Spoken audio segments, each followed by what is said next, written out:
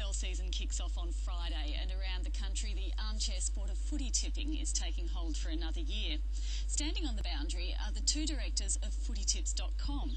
They've just bought the business back after selling it 6 years ago to a gaming giant.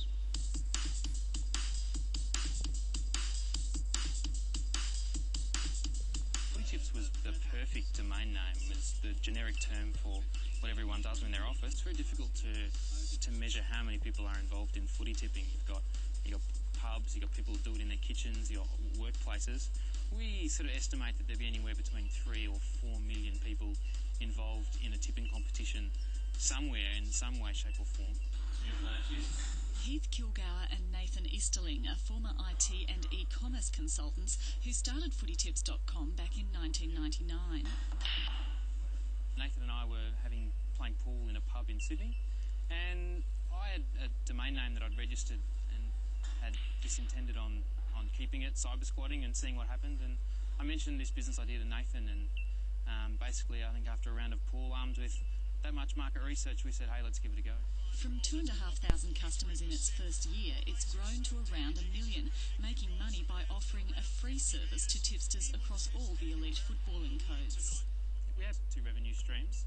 One is advertising, which is the obvious one, but our key source of revenue is taking our back-end engine, rebranding it and providing it to other customers.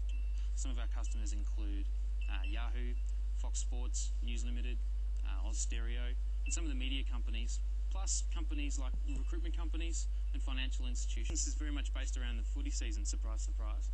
And so 30th of March is a date clearly marked in our calendar. We do pretty much all of our sales for 12 months prior to that date. While the original footy tipping site was a success, the rules of the game changed 6 years ago. We sold the business to Tattersalls in 2001. It was an election campaign, and Sprax pledged a national tipping competition, and they put out the tender which Tattersalls won. And it was simply just a cold call into Tattersalls and asked to speak who was involved in that licence, and the sale went from there. The free footy tips site remained a distinct business within Tattersalls, run by its founders and separate from the troubled pay-to-play national competition Tipstar. The service that we were offering was different. Our services are separate, ours are free, and so the customers that we had might be interested in the paid service. So that was the reason for the acquisition. And it was an interesting clash of cultures, having a small, lean online operation running the footy tipping, but then being part of, at the time, Australia's largest private company. We were trying to work as fast as we could and develop and grow as fast as we could, but working within an environment at Tattersalls which was a bit more traditionally a slower or conservative organisation. We could have pushed to have an earlier buyback from the Tattersalls group. It eventually became diminishing returns, and the more we did, the less we got. It wasn't perhaps driving the energy inside the business to innovate more. No, we didn't quite do a Bondi. We sold a business that had turned over about 20,000 and bought back one that was turning over close to 1 million. So it's very difficult to compare the two. No one really believes that they can win an enormous tipping competition. Footy tipping is very difficult to be very good at consistently, but it's more important that you beat the guy that sits in the desk next to you than it does to beat 100,000 people that you don't know. So that's the critical success factor of the business, is that we're able to tap into office culture and allow people to